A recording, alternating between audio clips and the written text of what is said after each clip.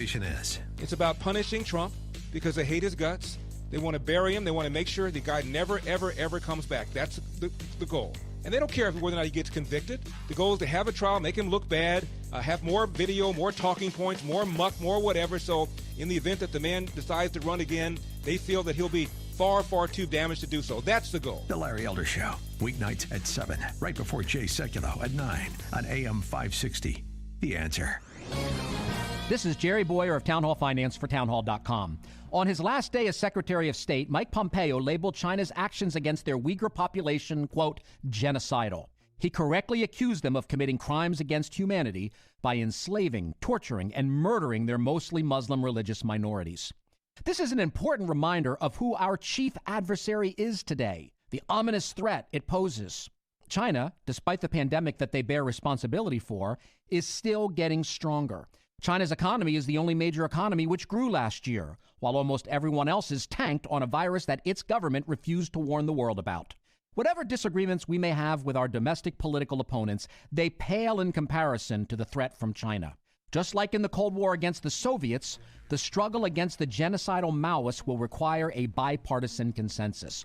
We need to set aside our petty domestic duels and focus on our real adversary. Finding great candidates to hire can be like, well, trying to find a needle in a haystack. Sure, you can post your job to some job board, but then all you can do is hope the right person comes along, which is why you should try ZipRecruiter for free at ziprecruiter.com/news. ZipRecruiter doesn't depend on candidates finding you. It finds them for you. Its powerful technology identifies people with the right experience and actively invites them to apply to your job. You get qualified candidates fast. So while other companies might deliver a lot of hay, ZipRecruiter finds you what you're looking for. The needle in the haystack. See why 4 out of 5 employers who post a job in ZipRecruiter get a quality candidate within the first day. ZipRecruiter, the smartest way to hire. And now you can try ZipRecruiter for free. That's right, free at ZipRecruiter.com/free. That's ZipRecruiter.com/free. ZipRecruiter.com/free. 8:07 AM 560 Traffic Center time, and Jim. It's been another incident-filled morning. Bishop Ford Freeway inbound traffic is packed 159th to 130th, where 2 right lanes are blocked after an earlier crash and trailer fire involving a semi carrying a load of tires. The travel time is an hour and 5 minutes from 8094 to the merge. Outbound, it's 18 minutes with a Gapers delay. 130th is open again over the Ford Freeway. Then there's I-65 southbound, just a mess. State Road 2 to State Road 10. The right lane still blocked with a crash. It is about an hour and 15 minutes from the Indiana Toll Road to State Road 114. On the inbound Kennedy, it's now 35 minutes O'Hare to downtown. The Eisenhower, 44 minutes, 390 to downtown. I'm Jim Talamonte on AM 560, The Answer. Chicago's Morning Answer continues next. Your official Chicagoland weather forecast with our meteorologist, Steve Williams.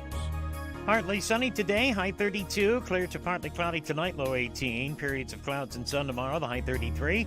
Clouds and breezy Thursday, showers late morning, maybe some sleet by the afternoon, the high Thursday 37. I'm Steve Williams on AM 560, The Answer. Currently 21 at O'Hare. Next news 8:30. Continuous news coverage at 560theanswer.com. Chicago's Morning Answer with Dan and Amy continues next on AM 560, The Answer. From the Matrix Home Solutions studios, this is Chicago's Morning Answer on AM 560, The Answer.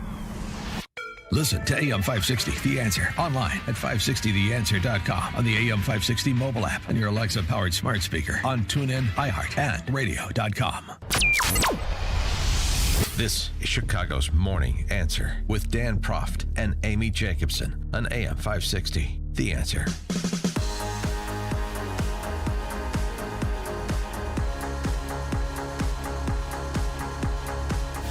Top of the morning, Dan and Amy. The other week, we played you that clip from the dad in Loudoun County, Virginia, going off on the school board for keeping the schools closed. Well, it's not just happening in Loudoun County, Virginia. It's also happening here in the northwest suburbs in District 214.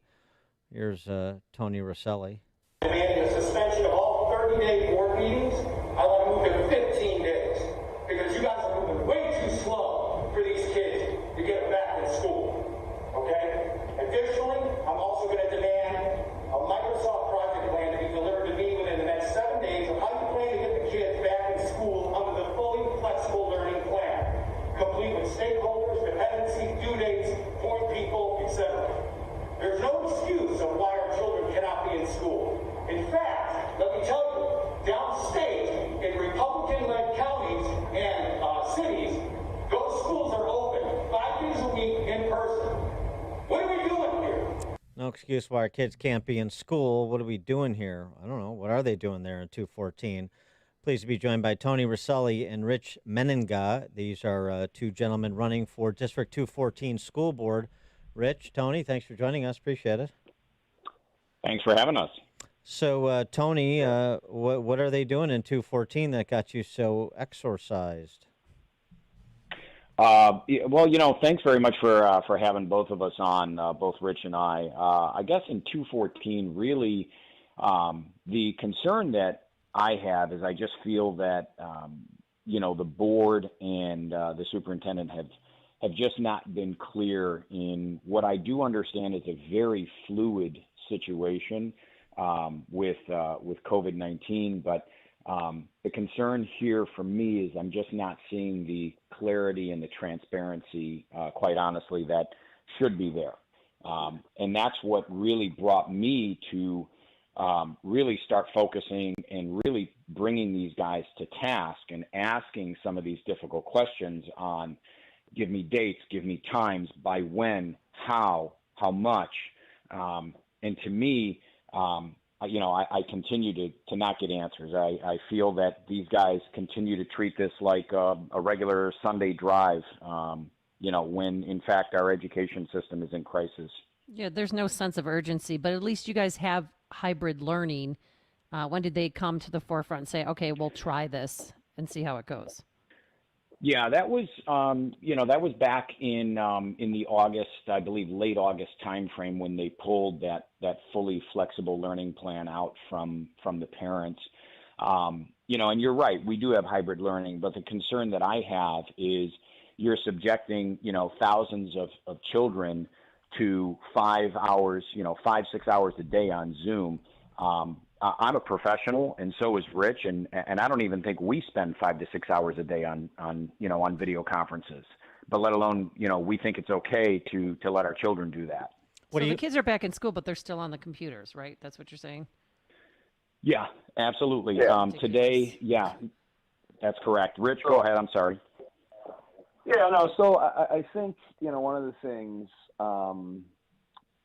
And I saw your piece, right, is that, as parents and as fathers, we wanted to get involved with the school board because, candidly, all the school board members either have had kids, but they haven't had kids in the district in years, right? And we're having to deal with this every single day. And, I know kids who now don't want to go back to school. They just want to sit in their rooms all day and do Zoom. And that is not healthy for people.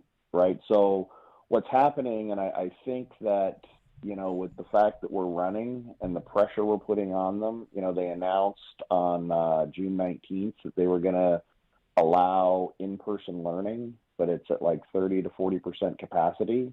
So they're doing that almost as appeasement.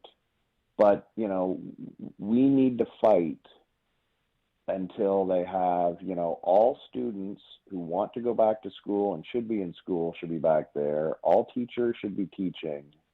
And, I'm concerned about the 2021-2022 school year, right? Is this hybrid nonsense going to continue? Who's really in charge in who's really in charge in 214? I know you have a school board, but often school boards are toadies for the administrator, starting with the superintendent. So who's running the show? Yeah, who's running the show at the 214?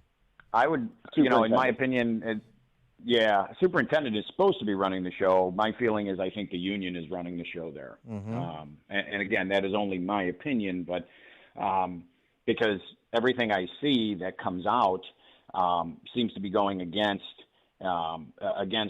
steps that we should be taking forward. It's, oh, we're going to do some more of this. Oh, we're going to try that. Oh, we're going to try this. And there's really no clear defined plan as to, hey, we're going to be moving forward, with concrete dates, concrete times, right? This is here's the objective. I'm just not seeing that from the school board. And I give them, I understand it's a very fluid situation, but at the same time, the concern that me and Rich have is that, and quite frankly, many parents have, is that, our kids are, quite honestly wasting away, sitting at home, sitting on Zoom, sitting in their bedrooms. We just got sports back, thank God. But it's I can't find any other word, Dan and Amy, other than to say that this is a crisis. And it's a poorly managed one at that. So you two angry dads who decided not to, rest and watch this and, sit on the sidelines, you're jumping in, you're both running for school board. Yes, and we have two other we have two other people, Jackie Ryan and Elizabeth Bauer. So what it's boiled down to, there are 4 spots in 214, and you've got the establishment candidates. So 3 are running for re-election, and then they've recruited another like-minded individual to run with them. And then the 4 of us are, in essence, running against them. And, one of the key things that I want to point out, right, that, I think the school board needs to be a counterbalance and hold the administration as well as the, teachers accountable, right? I think it's the role of the board to ask tough questions and to make sure that, parents and students are represented. And what I see when I go to these meetings, and I don't have the statistic on this, and I'm going to ask it, is how many votes do the school board have where they're unanimous in support of what the superintendent wants? Oh, yeah.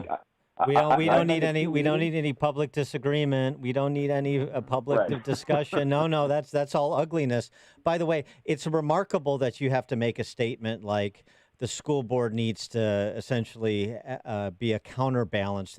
The school board, as you know, as two professionals, school board members are fiduciaries of the district. They have the purse strings. Exactly.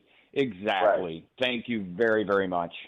And so, I mean, so not only counterbalance, if the school district has gone off the rails under the stewardship of the superintendent, not to mention the union, you can't fire the union, but you can fire the school district. You can send a message throughout that system that we're actually going to have responsible fiduciaries here, and there's going to be accountability for job performance, and you're not just going to be able to come over the top of the school board anymore. I mean, that's what has to happen in 214 everywhere in government school systems.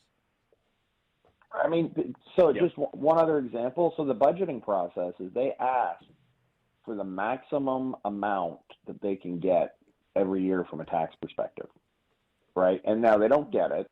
And then, they basically spend to what they receive from a tax perspective. Well, that's not budgeting, right? Like when you look at, the financial crisis that's happened in the last, 12 months, people are hurting out there.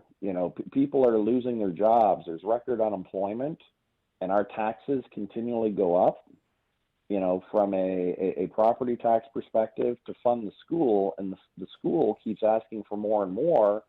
Plus, they got billions of dollars in the CARES Act, in the new act that Biden has proposed with the $1.9 trillion. The schools are going to be getting, more money for that, right? So there's all this money flowing in, and, where is it going? Where is it being spent? And, how are we ensuring that we're actually doing a budgeting process that's going to be accountable and responsible? And none of that, to me, is transparent. So, those are some of the things. What you just said isn't even a consideration in most places. They don't even understand what you just said in most places around here. I mean, there's no question about it. Let me ask you another question. What's going on inside the walls when there's actually things going on inside the walls? What's going on in Zoom? The curriculum, because that's something else school boards sort of cede control to, and that's how you get these politicized classrooms all over the place that we have. Yeah. So, I would. Go ahead, Rich. Sorry. I don't want to get into the I want to take politics out of this, right? I don't want to get this into a Republican, Democrat. No, it's not Republican Democrat. It's not Republican Democrat. It's the actual curriculum. It's the actual curriculum, the substance of what's being taught. It's not Republican Democrat. The teachers union, by the way, does not want to get out of politics. The administrators do not want to get out of politics. Yeah, the concern that I have with this. Thanks, Rich. The concern that I have with the whole politics piece and some of these very controversial topics is that, number one, we're getting away from the main elements of why those kids are there, Dan and Amy. The goal is really to get our children to think critically and think for themselves, right? Right. We shouldn't be there bestowing some of these controversial topics and then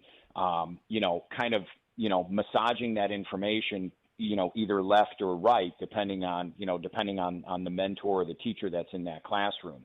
So I think we're getting away from that, and we're seeing that, unfortunately, more and more over the last coming months with just stuff happening at the state level that's being proposed, and as well here, just even at the local level. So yeah, it is alarming to me and Rich. But that also needs to stop. We need to get back to basics where our kids are thinking critically and learning to think critically on their own, so they can make their own, they can form their own opinions and make their own decisions without having some of these controversial topics cloud their judgment. And Tony, Rich, when are the elections? April 6th. April 6th. In April. Yeah. April. Okay. Well, I mean, we wish you nothing but the best because it's going to be a fight. It is. Oh, absolutely. Absolutely. These guys don't want to give up their seats. And I know Rich and I are running a grassroots campaign. That's our focus, really kind of getting the word out as much as possible. And, that's our focus, is really to continue to talk to as many people as we can and equally important, getting them out to vote on April 6th. Yeah, right. First Tuesday after the first Monday, just like presidential April. And so, why? Question: why don't they want to give up their seats? Why do they want to do this? That's a great question. It's a non-paid position, and candidly, right? I mean, honestly, before August, I didn't even think about the school board. I couldn't have told you what the process was, when the elections were. And, District 214 has had great schools. And I think, Amy, you are a alum of District 214, correct? Yes, I am. Yep. District 214 doesn't brag about that, but hey, I'm kidding, of course. Me and Jeff Joniak. But oh boy, that's what District 214. That's a calling card. You and Jeff Joniak. Well, Marley Matlin and Marley Matlin, Dave Corzine. Getting better. Okay. Yeah, Thank you. All right, go ahead. All right, sorry guys, go ahead. Yeah, no. So I mean, one of the reasons that I moved into the area was because of the schools, right? The Hersey, Prospect, Elk Grove, all those schools are phenomenal schools, and they have been phenomenal. And it's just one of those things when what really solidified it for me is that the district had a reopen plan in August, and it was going to be hybrid, and they were following the science, as everybody likes to do when it suits them. And then all of a sudden, they had a meeting a week before school opening, and then they went to full remote, and it made zero sense. So that's when I was like, what's going on? And then when I went to a school board meeting, and it's the most inane thing, is you get 3 minutes, you ask a bunch of questions, they sit there and they say, thank you for your questions. They write you a letter afterwards that, quasi answers them, and there's no accountability. So, that's one of the reasons why we're running is, asking those questions. If we're following the science, why weren't we open in September? If we're trying to do what's best for the kids, how many kids have suffered depression because of COVID? Oh, don't get me started. Right? I mean, a lot of depression, suicides. anxiety, suicidal thoughts. County. Yep.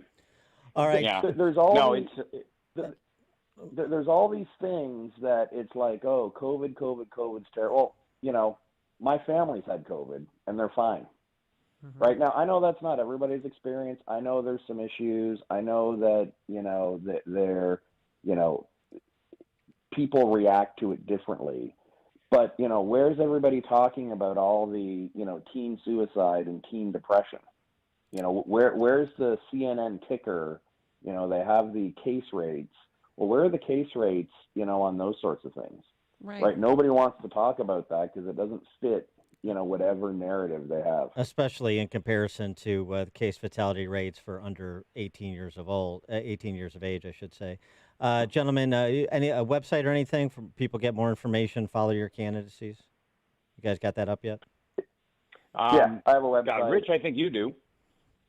I have a website and a Facebook page. All right. What's your website? D214 Menninga for School Board.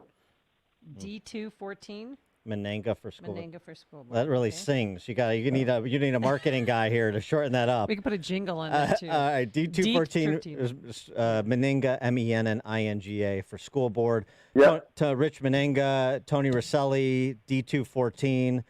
Follow these guys, and certainly if you're in the northwest suburbs, help them out as we move to the election in 2 months.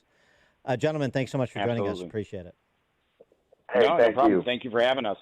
Thank you. And they joined us on our turnkey.pro answer line. Listen to podcasts of Dan and Amy from the AM 560 mobile app. Download it today at 560theanswer.com/mobile. Balance of Nature's fruits and vegetables in a capsule, changing the world one life at a time. I'm healthy. I want to stay healthy. I like the idea of what the product is all about. I believe in the body's ability to heal itself, and I also believe that fruits and vegetables from God's great earth are the best way to do that. This is derived right from fruits and vegetables, and there's no extra chemicals involved. And I thought, you know what? If I can just keep my immune system super strong, I'm in favor of it. So far, I've been able to avoid any sicknesses, and I just like to stay out ahead of these things. Get a wide variety of all your daily recommended servings of whole fruits and vegetables without having to leave your home. Right now, Balance of Nature is offering free shipping and 35% off on any new preferred order. Call 1-800-2468-751. That's 800-2468-751. Or go to balanceofnature.com and use discount code CHICAGO. Guys, I want to encourage you to make your health a priority this new year. It's easier than you think at Low T Center. They are reinventing the doctor's visit, making it quick and easy to get all of your levels checked, not just your testosterone. They offer a comprehensive health assessment so you know all your numbers. If you've been feeling tired, grumpy, have lack of motivation and drive, notice weight gain and loss of muscle mass, these could all be signs of low testosterone, low thyroid, or even sleep apnea. Low T Center will help determine the cause of your symptoms and help you get back to feeling your best. It all starts with their quick and easy health assessment, covered by most health insurance. And they now offer monitored, self-inject, at-home testosterone treatments, providing convenience, and additional health monitoring measures for your safety, including a take-home blood pressure monitoring cuff. Self-inject at-home treatments are $135 a month for self-pay or covered by most health insurance. To schedule your health assessment, go to lowtcenter.com. That's lowtcenter.com. Low T Center, reinventing men's healthcare. You've heard Rumpke's Garage commercials on AM 560, and now they specialize in servicing Sprinters and light-duty diesels. But the experts at Rumpke's also service Isuzu and Chevy low-cab